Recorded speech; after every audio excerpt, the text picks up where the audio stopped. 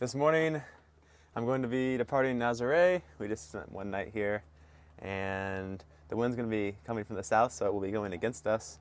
But we only got 6 miles to go, so I think I can handle beating up wind for 6 miles. So I'm thinking about 2 hours to do the few tacks. I was not impressed by the showers here, so that was another reason to get going. But I also want to go because the wind's going to pick up this afternoon, and getting gusting up to 29 knots. I don't really want to have 29 knot headwinds. So I got to back out of my slip today. It's always challenging with the full keel, but I managed okay after a false start or two. Then I had to go back to the dock to return my key because I forgot that, and I saw the guy coming out. But now we are just heading out the break wall here, and looks like there's a little bit of swell out there. Waves don't look huge yet, but I think they'll pick up as we get further off there. I got to do some pretty awesome paragliding while I was here on the cliffs over there, so hopefully I'll get to do some more of that the next couple days. I'll just stick around here. I got a package coming Tuesday, and it's so annoying getting packages and while I'm sailing like this. I told the guy to send me a package 3 weeks ago, and then he sends it the day before I got here, so I guess I'm stuck here for a while waiting for it. I'm wishing I had put my sails up inside the harbor now. This will be fun to try to get the mainsail up in this rolly sea here.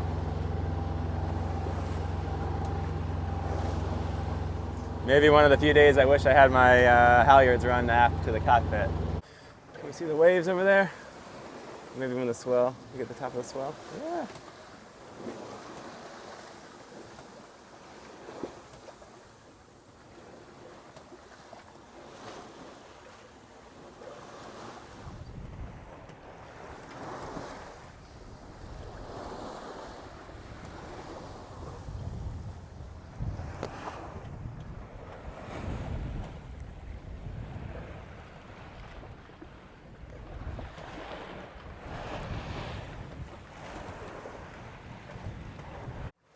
I just did a tack after a mile just to figure out the angles. I don't want to get too far offshore and then the wind shift or something. So our southerly tacks are going to be, or our easterly tacks, southeast tacks are going to get us closer to where we're going. So we'll try to stay as closer to shore unless the wind shifts the other way.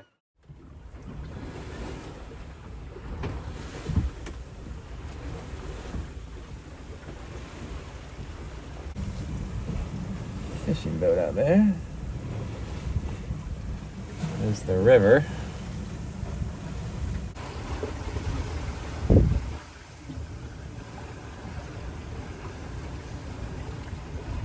I'm just hanging on here. We're heel over hard now. Oh, we've only got 4 more miles to go. Maybe 8 miles with the tacking, we'll see.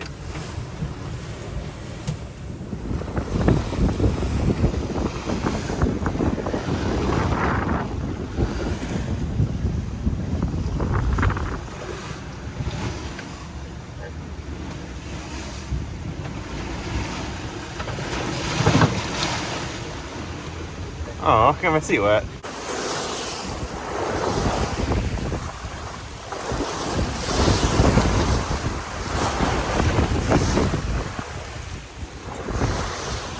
I should probably put that next reef in, but we're so close, just a mile to go. Yeah, everything's falling all over the boat. Well, hopefully this anchorage is calm enough. Hate to sail all the way over here and then have to turn around, although it'd only take 5 minutes to get back probably with this wind. Oh, it's getting a little crazy. I think the wind's gotten up to, man, I should have put that reef in. Okay, I think I'll just heave to and put the main sail reef in, try to roll the jib up a little bit. It'll be exciting.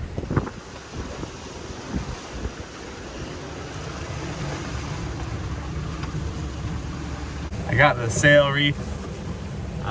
Unfortunately, when I tried to roll the jib up a little bit, it yanked the other jib sheet out, and now I gotta go forward and try to grab that. I think the next tack I'll do another heave to and just do that when it's, so I don't have to do it, the bow is getting pretty wet. A little bit concerned that There might be breaking waves on the inlet to this channel, which that'd be no fun. Fingers crossed it's okay. The wind's picking up. It's gusting to 30 knots right now. Okay, I got the reef in, and that kind of evened us out a little bit. We're back to about 25 degrees, and we're sped up too. We went from like 3 knots to 4 knots. But unfortunately, like our pointing angle kind of bared off, and we lost a lot of ground when I was hove too while I was reefing. So we want to be almost there, but now we gotta do a few more tacks. But I think we'll get there in an hour, I think. Maybe 35, 40 minutes even.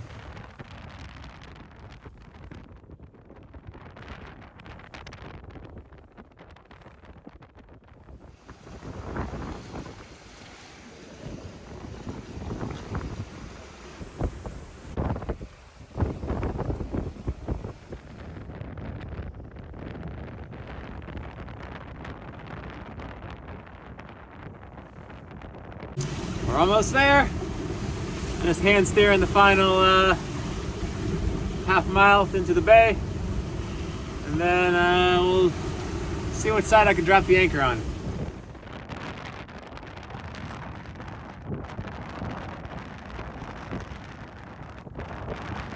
I really need to fix that.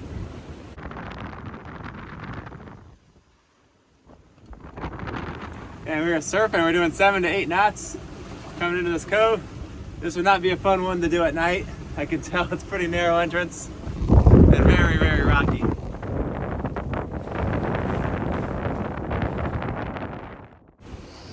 So there's boats on the left and the right. It doesn't look bad over on the towards the left. Even there's a little fetch, but I think I'm gonna go over there because it's closer to town. And anchor by this catamaran here. That should be good. So I dropped the anchor on this side, but then I decided, well, as I was praying for it, drop the anchor, everything got stuck. First, the pin on the front of the anchor got stuck, and then the secondary pin got stuck, and then the chain got wrapped around the windlass, and then I got stuck. And it only took, like 5-10 seconds to get each of those problems, but in that time I ended up drifting, sideways, and then I was anchored right in front of that catamaran. So like, if we dragged, just 20 feet, we'd be like swinging into him, which was pretty uncool. So, and also I think it was a little bit rougher than I wanted over there, so we're gonna go anchor on the other side of the anchorage, the smarter side, with this wind direction, and that'll give us plenty of room to drag. Not that I think we will with a big anchor, but better to be safe with this kind of wind. And then when the winds shift tomorrow, we can move over to the nice side. Might not want to go ashore anyway in this kind of wind with the dinghy. Fortunately, we're not even able to motor against it hardly. Like, I can hardly keep the bow into the wind. Using our full 18 horsepower here.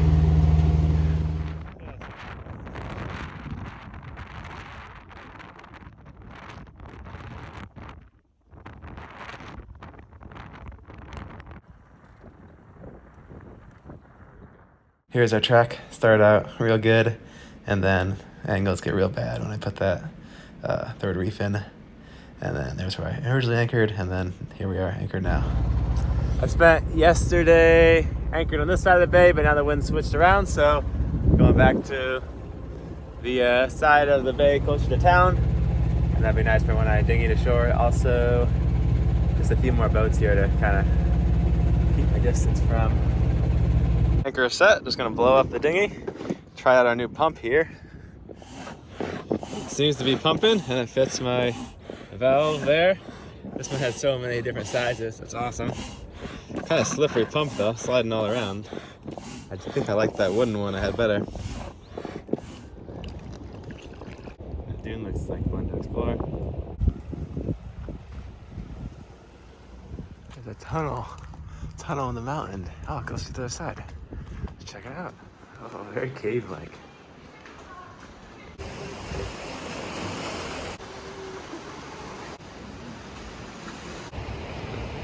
Andre picked me up, and I got to visit his workshop, and we nerded out over 3D printing and paragliding stuff. This one good few years ago. You know, those DIY build it yourself, but it took forever to build. It never worked. I spent more time repairing it. Oh wait, there's the. Me and Gemma actually built this cabinet as well. Look at this. Oh, cool. Oh, that's nice. So you can actually see. Because I always want to look at it and film it as it's coming out. And then so this is the CR10 I use more often. Okay, the main workhorse. It still breaks down fairly often, but nowhere near as often as that. And so you're making a lot of parts for like technology parts and stuff like we're kind of related to paragliding and. Yeah, I had one around. Like I've done remote control paragliders, like little ones, and also full size ones. Which I think it must be like the biggest remote control aircraft anyone's ever done in terms of wingspan. Because it's like 8 or 10 meter wingspan. This is the little one. So the guy pulls the brakes down, and that's awesome. Yeah. I actually didn't make this paraglider. Okay. This was a guy called Andres in Colombia. He's really way more talented than me. He made this paraglider. It looks like an Ozone Xeno, which is really good paraglider. Nice. Yeah. But I made this one. And I think this was the first one I made. This is supposed to be like the SpaceX one. There you go. You know, like the because they were trying to catch that out at the fairing or something? The full version of this is like 200 square meters. So that's like 10 times bigger than a regular paraglider. I don't know how much the fairings weigh. Maybe 5 tons? You know, I saw the ship. I was sailing on up Florida, and I saw the ships, like two of them. With the poles. Yeah. So that's what inspired this. The aspect ratio and all that is pretty close, but you can just like throw this off a cliff and it'll just opens up and flies. Okay. The glide ratio is terrible. Yeah. It was fun. It was interesting as well because some of the sewing on this, especially on the wingtips, it goes around such a tight corner that is it's really tricky. So I think if I make you even have some little like stiffening. Yeah, it's actually, you know, like streamer. Oh, this one's popped out. It's like a weed whacker streamer line? cord. Yeah, weed whacker. But yeah, it's if I do another one again, probably I will in the future. I'll make a bigger one. The bigger one is easier because it goes around the bigger radius. What's your channel called? It's Andre Bandara with 2 R's. Okay, we'll stick that on the screen for you. Yeah, it's paragliding and random screwing around. I was following it when he posted a paraglider like that was supposed to be uncollapsible. Yeah. And it's all really cool. You had like load sensors. That is still going on. This is the latest edition. This is going to be like a tiny. Actually, this one was for paramotoring. So it has like a little screen. There's a little screen on it. Will it turn on? No, it doesn't work. But you connect the load sensors there, so you know how much brake you're pulling on the left and the right, and then it tells you RPM and loads of other stuff. But pretty much all of the stuff I do are one-off prototypes. To be honest, this is a future project that no one's ever seen yet. A lot of manufacturers they'll build a prototype of a wing, then they go and fly it, and then it flies horrible. And then you go like, okay, it needs more tension on the edge, or less tension on the edge. But what they do is they actually top land. They adjust it with a little knot, and then go fly again. So they were like, how can you? Ozone said like, can you like try to design something that allows you to adjust it in flight, kind of like guitar tuners? For sure. So I ended up doing a few of these that actually they sit on the line, and then as you twist them, so the line will sit there. And you can do that while you're flying, even. Yeah, kind of like this. And then so that doesn't do anything, and then you do this, and now you have what is it? 5 millimeters less. And then you do another one, and now you have 10 millimeters less, and then you can just keep flying and see how the wing behaves. Was that a 3D print or is that? I printed a lot of these here, but they didn't work very well because of the roughness. And these ones I got it printed in one of those HB powder. Oh yeah, like an industrial one. Ones. Yeah, the texture on that is nice. Yeah, so it's just lots of random stuff like that. Pretty cool stuff though. This is where your salt comes from? Well, it usually is sea salt. That we buy. This is kind of really ancient sea salt. Jurassic salt. Jurassic. Yeah, when the sea came this way, like half an hour from the coast. There's some really deep wells apparently with old salt here. Down a particular, almost like snowflakes stuff that forms on the top of the salt, and that's called flor de salt, like the flower of the salt. Apparently, that's like the nicest salt to cook with. What do you think of this salt? It's It's good. But it's I couldn't tell whether it was like a big soft pile or whether it was all. Oh, it is hard, yeah. It's good, yeah.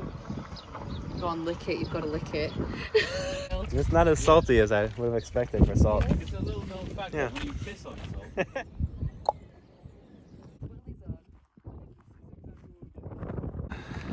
Now we're looking at for the dinosaur footprints. Is it just footprints? Is that? Yeah. Okay, footprints. Footprints. Nice. Yeah, the people from the quarry must have been. Hold on. Oh, that looks like one. Is that one? They're all ones. It's got the toes there. Oh, that's. Yeah. They all are. Like, Oh, that's a good one. Is it dinosaur footprints or weird shaped pineapples? That prehistoric pineapples. Looks a bit more footprinty. Mm-hmm. here you go. Here's a good one. We are going to preserve this this one because this is the best. Yeah, that is a good one. It's an okay one. It's not as fat as the other one, but it looks cool on a picture. It's pretty looking. Yeah, so I'm gonna LiDAR scan it now with the iPhone. So I use this app called Scaniverse, and then you just like move the phone around the object that you want to scan, and then you can take the model and send it to the 3D printer, and next thing you know, you got a 3D printed dinosaur footprint. So pretty neat. So I think I have found a replacement fridge that's the same and will fit in my hole. It's a different color though, it's blue. Oh, it's exactly the same. It's perfect. Nice. Yeah. It's got the ice tray. Okay, cool. A little inverted thing. So this is the fridge going in. Yeah, this is Moment of truth. Does it fit? Will it fit?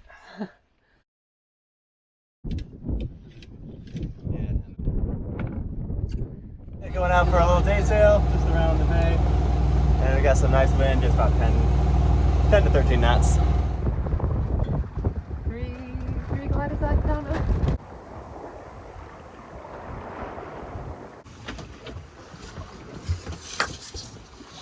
Oh yeah, like something blue. Hey, we got a fish. I think it's a dorado or a robalo. Just in time. Oh no, it's a carapao. Oh, it's a little tuna. I don't know what it is. Oh, Yeah. I did not expect that. But I think I've got it really easy to do. Like, you know, like it's a lot harder if you have to go get the pole off, you know, and then. Yeah. It's actually really nice that it's always attached to at least one point there. Yeah, that's my idea, because like you can technically you can do everything with one hand and hold. If it's really bad, you can like come up here with one hand, you can do that. With one hand, you can do that. With one hand, you can like flip it on while you're on the middle of the boat. Yeah. Hanging out on the side, and otherwise it's like you really need two hands to do it if the pole is free. Yeah. And then if you can always let go of everything and hold on, like when Yeah, and it's not gonna fast. not gonna fall Yeah. off and stuff.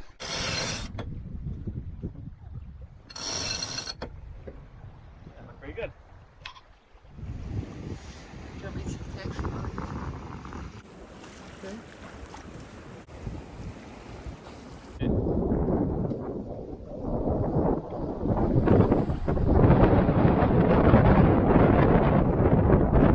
Oh, wow, that. You must be impressed with that.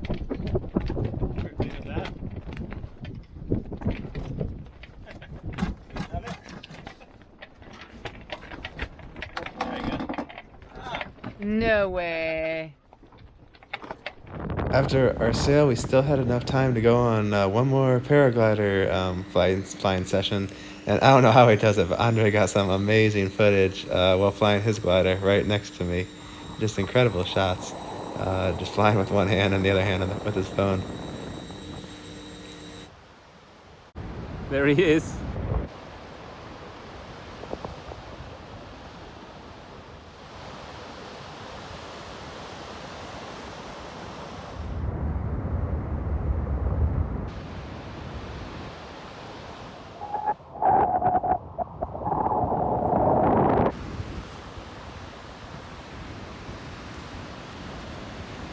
God, this is it. Yeah, actually this distance is good because then I get you all in the shot. In fact, a little bit. Wait, let me old face. Ooh, he's having a good time. Oh man, that's a great shot. Woo! Nice. Man, that's a nice shot. Then we had our fish for dinner, and it was delicious. It was just enough to feed 4 people.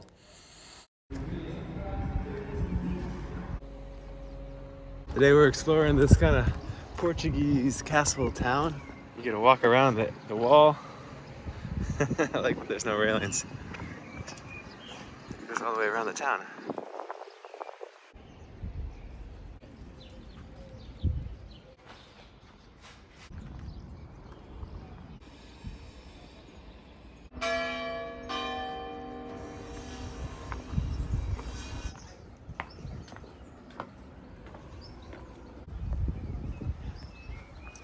The last few days I've been exploring inland, and I've kept my boat at anchor, but it's pretty cool. I can monitor it because I put the Veer Crew sensor with the app, and as long as the boat is within cell signal range and I got cell signal on my phone, I can just log in and see that it's in the same position, and I can check the battery voltage and make sure the fridge hasn't drained the battery, and everything's looking good. So I'm pretty happy with that boat monitoring. It really kind of puts your mind at ease and makes me feel more comfortable leaving the boat at anchor.